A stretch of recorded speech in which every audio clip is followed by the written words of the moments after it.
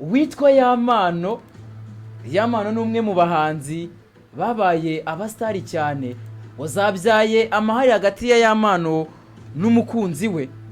Ishyamba si ryeru hagati, aho ni inkuru dukesha ikinyamakuru igihe.com. Ishyamba si ryeru hagati ya Worizagwira Florian wamamaye nka Yamano n'umukunzi we wamenyekanye nka Vava. Uyu muhanzi yamushinje kuba yarakuyemo inda yari yaramuteye 3, ndetse akemeza ko uyu mukobwa yanamwibye ibikoresho byo mu nzu. Ibi byagarutsweho mu mashusho yakwirakwijwe ku mbuga nkoranyambaga. Aya mashusho yagiye hanze nyuma yaho Vava usanzwe ukundana na Yamano avuze ko uyu musore yamugonze, akamukubita, akamuruma izuru, ndetse akamutera ubwoba ko azamuhitana igihe yaramuka avuze ibyo ngibyo byamukorewe. Vava yabivuze mu kiganiro cy'imbona nkubone cyavuze kuri TikTok aganira n'uwitwa Godfather, aho yagaragaje amafoto n'amashusho y'ibikomere yatewe n'uwo mugabo we. Vava yerekanye ko izuru rye rifite ibikomere, ibipfuko byari byuzuye ku mubiri we, ndetse n'amashusho agaragaza Yamano arimo kunywa ibiyobyabwenge. Vava yavuze ko umubano mubi hagati ye na Yamano wafashe indi ntera tariki ya 24 Werurwe na 2026 ubwo yari kumwe na Yamano mu modoka bagiye muri sauna. Yavuze ko icyo gihe yasabye Yamano kureka gukoresha telefone igihe atwaye. Ibintu byarakaje uyu muhanzi kugeza aho amutegetse gusohoka mu modoka. Ku rundi ruhande, Yamano avuga we ko kuva yatangira gukundana n'uyu mukunzi we byamubereye ibintu bikomeye kuko yamwangishije ababyeyi ndetse n'inshuti ze. Yavuze ko kuva amashusho yabo bari gutera akabariro yajya hanze, umubano wabo hagati wabaye mubi cyane hagati yabo, kubera ko uyu mukobwa yatangiye kumubwira ko azamufungisha. Ati ntabwo byongeye kunyubaha, mbese amashusho yayagize urwitwazo cy'uburyo nkwiye kwitwara, cyangwa akambwira ngo nihagira icyo nkora azamfungisha. Rero nabonye ibingibi bishobora kuzamo n'urwego rw'igihugu rw'ubugenzacyaha RIB. Ubwo naho tugiye ku nkuru yanditse kuri ibingibi, Govinda yanditse ku kinyamakuru inyarwanda.com avuga ku bijyanye no kumugonga.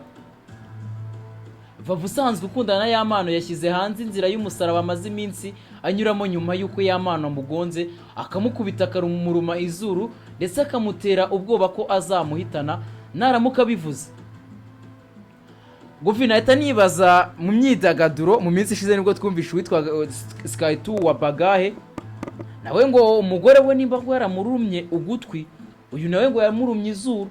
Abastari se byagenze bite? Nagiye ndibaza ku mihanda uburyo bimeze. Ibi nekereza ko Dr Murangira Bitseri, muvugizi w'urwego rw'igihugu rw'ubugenzacyaha, agomba kuza akagira ibyo adutangarizaho. Govinda, uravuze ngo Yamano bamusange baze kuri ibi? Yego, ahari agire ibyo asobanuraho. Ahari rwose, kuko ndabona ku mihanda, ariko nanone ku mihanda bari inkuru nyinshi nyinshi. Ubwo nyuma y'iyi ya Sky2 n'iyi ya Yamano muribuka ko mu mpera z'umwaka ushize nibwo hagiye amashusho y'urukozasoni yagiye hanze ari gutera akabariro n'umufasha we. Ibingibi nabyo ngo umufasha akomeje kubigira urwitwazo avuga ati nukora ibingibi ati biragenda uku nguku.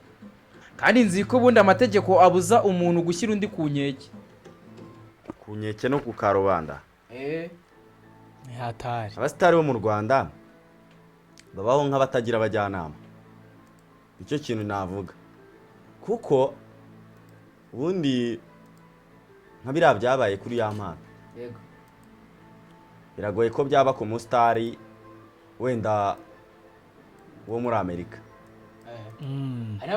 Haza umukobwa akavuga ngo PDD ngo yamfashe ku ngufu, cyangwa ngo Lil Wayne yamfashe ku ngufu, ariko nta kintu cy'ishusho cyaza, ntabwo Yego. kigaragara, Mm. kubera yuko bazi kubaho muri ubwo buzima, bazi kubaho muri izo kondisiyo, Bazi ko hari bazi ibintu kubaho byinshi nyine biba bya bihari. gisitari. bazi ko n'ibintu byinshi biba bibahiga. Rero abahanzi bo mu Rwanda bo rero, yewe narebye ya mpano uburyo biriya biboro abivuga, ubona nta n'icyo bimubwiye. Ndavuga n'ubundi abahanzi bo mu Rwanda bagira abajyanama. Ubwo ni ukubyibaza, ariko nanone inkuru isohotse aka kanya, urwego rw'igihugu rw'ubugenzacyaha RIB rwemeje ko rwataye muri yombi uwo Rizagwira Florian wamamaye mu muziki nka Yamana, ukurikiranweho ibyaha birimo gukubita no gukomeretsa ku bushake, gukoresha ibikangisho, kunywa ibiyobyabwenge n'ibindi. Ni amakuru dukesha ikinyamakuru Igihe kivuga ko bayahamirijwe n'umuvugizi w'urwego rw'igihugu rw'ubugenzacyaha RIB Dr Murangira Bitsiyeri, avuga ko yagize ati kuwa 16 Gicurasi 2026 RIB yafunze uwo Rizagwira Florian wamamaye nka Yamano, arakekwaho ibyaha bitandukanye birimo gukubita no gukomeretsa ku bushake, gukoresha ibikangisho, kunywa ibiyobyabwenge ndetse n'ibindi. Amakuru ahari ahamya ko ibi byaha yaba yarabikoze mu bihe bitandukanye. Icyakora nyuma yaho amenyekanye ko yarezwe, yaje gutoroka akomeza gushakishwa, aho boneye ko nta maherezo aza kuvaho yari yihishe, yitaba ubugenzacyaha. Kugeza ubu Yamano afungiwe kuri sitasiyo ya RIB ya Kicukiro, mu gihe iperereza rikomeje na dosiye ye iri gutunganwa ngo ishyikirizwe ubushinjacyaha. Ku rundi ruhande hari amakuru avuga ko uyu muhanzi yahohoteye umugore we mu bihe bitandukanye, ariko biza kuba bibi kurushaho ubwo yamugongaga. Kumugonga kandi yaje no kuba yagonga umugore we. Vava usanzwe ukundana n'uyu muhanzi aherutse gutangaza ko uyu musore yamugonze, akamukubita, akamuruma izuru ndetse akamutera ubwoba ko azamuhitana igihe yaramuka abivuze. Ibyo nibyo nakunze kuba mbabwiraho ku bijyanye n'iyi dosiye. Ariko ngo vinda dukomeza n'amakuru ari kuvuga ku muhanda, ubwo tuvuye ku by'uyu muhanzi Yamano, uyu Yamano watawe muri yombi, ahubwo ibyaha akurikiranyweho nkabyumvishe. Reka tuyuse n'ubundi biri kuvugwa ku mihanda. Ikipe ya APR ku munsi w'ejo yatwaye igikombe cya shampiyona, ariko numvishe ngo muri shampiyona y'u Rwanda batanze ibikombe 2. Yego, batanze 2. Byagenze biteze? Batanze igikombe cy'umwanya wa mbere n'icy'umwanya wa gatatu. Kaho nyumvira. Oya. Batanze igikombe cya shampiyona, ubwo cyari BK Pro League 2025-2026 Yego. Champions. Batanga na BK Pro League National Champions. Ubwo bazatanga n'icyo utaramanutse ariko. Ahubwo nicyo mu ntara. Ngo byakomeje kuri koroza ku mihanda. Nicyo mu ntara, amakipe yo mu ntara nacyo bazagitanga. Sibyo byaba byiza se? Amakipe yo mu ntara yaje imbere. Yego, yitwaye neza. neza. Igikombe. N'itaramanutse yari yabihataniye cyane. Yego. Yaba ari sawa cyane. Ubwo ibyo ngibyo nibyo nagiye nsanga ku mihanda. Nasanze ahantu hari hateraniye abafana b'ama ekipe abiri, umwe afana Rayon Sport undi afana Ware yari kwishimira Hilal cyane. Umwe wa APR avuga ati natwaye igikombe cya 7 kikurikiranya, naho uwa Rayon Sport we ati icyari gisanzwe hari cyari cyitwa National. Cyane National nicyo bavumbuye. watwaye igikombe ni ekipe ya El Hilal.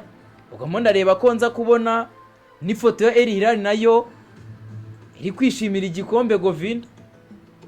Yego, ni El Hilal yatwaye igikombe muri rusange, yatwaye igikombe cya shampiyona. Ahubwo bavuga ko nyine ikipe yabaye iya mbere, ariko byibuze yaje imbere y'izindi, ariko ku makipe akina yo mu Rwanda nayo igomba guhabwa igikombe. Ntibaza ahubwo icyo gikombe n'icy'ubuhe bwoko bari bugihe, kandi bazayigiha yaragitwaye. yego, kuko aka kanya El Hilal yatwaye igikombe cyangwa ibyo byose turabyemeranya twese. yego na APR yatwaye igikombe kandi hakinwe shampiyona imwe. None ariko numvishe ngo abafana ba APR ngo icyo bagenderaho bavuga ibyo ngibyo wereze ngo izi ekipe zibaye muri situation ebyiri zitandukanye, ariko zose zakinaga shampiyona imwe. umwe yari yemerewe gukinisha abanyamahanga bose, bakinishaga abanyamahanga bose ngo bo bakinisha ngo ariko ngo yo ngo ari yemerewe no kwandikisha abakinyi ngo na 50 nabangaye ngo bari bemerewe gukina ngo shampiyona y'u Rwanda, mu gihe APR yari yemerewe abakinyi 30. Ese abifite bo bakoze iki? Babaye ba gatatu batwaye igikombe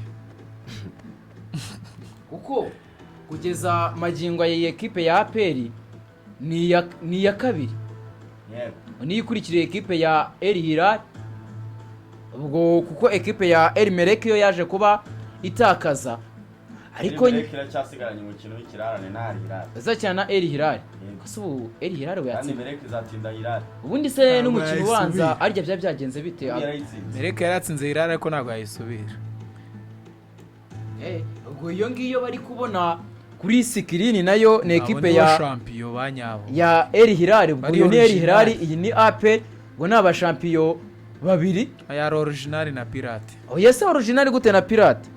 Ariko ngo mu minsi ishize ngo umuyobozi wa federasiyo y'umupira w'amaguru mu Rwanda yari yavuze ko hazatangwa kimwe. Aza ko bazatangwa kimwe, ariko ikipe yo mu Rwanda ibintu reka tubishireho bakaziha amafaranga. Ngiye muri press conference nagiyeyo. Press conference bakira El Hilal na El Merreikh. Hara kuri Ferwafa. Kuri Ferwafa. Twari turi kumwe se. Batangaje yuko bazatanga ibikombe bibiri. Bagatanga igikombe mu gihe El Hilal cyangwa El Merreikh yabigitwaye. Yego. Ariko bagatanga n'igikombe cy'uwaje imbere muri shampiyona. Ahubwo ibitekerezo byose byo kurwanya igikombe cya kabiri byazanwe n'abatarifuzaga ko APR yatwara igikombe. Mu by'ukuri ibi byakozwe ni ibyumvikanwe kuva kera. Yego. Ibyumvikanwe kuva kera nibyo byakozwe. Ahubwo ndibaza kubera iki bakanaka badashaka kwemera ko APR yatwaye igikombe. Ikibazo ikipe yatwaye igikombe yaragitwaye. Ubwo nuko bimeze APR ikaba igitwaye ku nshuro ya 7 yikurikiranya ngo kuva mu mwaka wa 2019 kugeza magingo na indi kipe irabasha gutwara igikombe cya shampiyona. Ubwo nuko nguko bimeze. Indi gitwaye ni Hilal. Ubwindi gitwaye ni ya APR kandi makipe yo mu Rwanda kuko niyo izasokera u Rwanda mu mikino ya CAF Champions League. Buriya wowe wabyemera? Biriya wabyemera wowe? El Hilal yabaye iya mbere mu makipe abiri. Ubwo ko yari ihanganye ngo na Merreikh, APR yari ihanganye nandi. Ubwo reka tugeze turebe nuko nguko bimeze. Ayo namwe makuru yarari kuvugwa hirya. Umusifuzi wateye umukinnyi umugeri ko yasabye imbabazi. Nawe yasabye imbabazi. Ubwo nabyo turakomeza hano rwose ndakora n'imbabaza kuba bamubabarira. Reka dushimire buri bantu bose twabanye muri iki kiganiro. Reka nshimire buri mwese mubwira ko ari by'agaciro kuba twari turi kumwe nawe hano kuri The Quick Times News. Tukubwira ko The Quick Times News turagukunda, uri uw'ingenzi kuri twe. Amahoro n'imigisha nyagasana atanga nibyo nkomeje ko kwifuriza. Reka nshimire nawe twabanye, wakoze cyane Iva, wakoze cyane Benga, wakoze cyane nawe Govinda.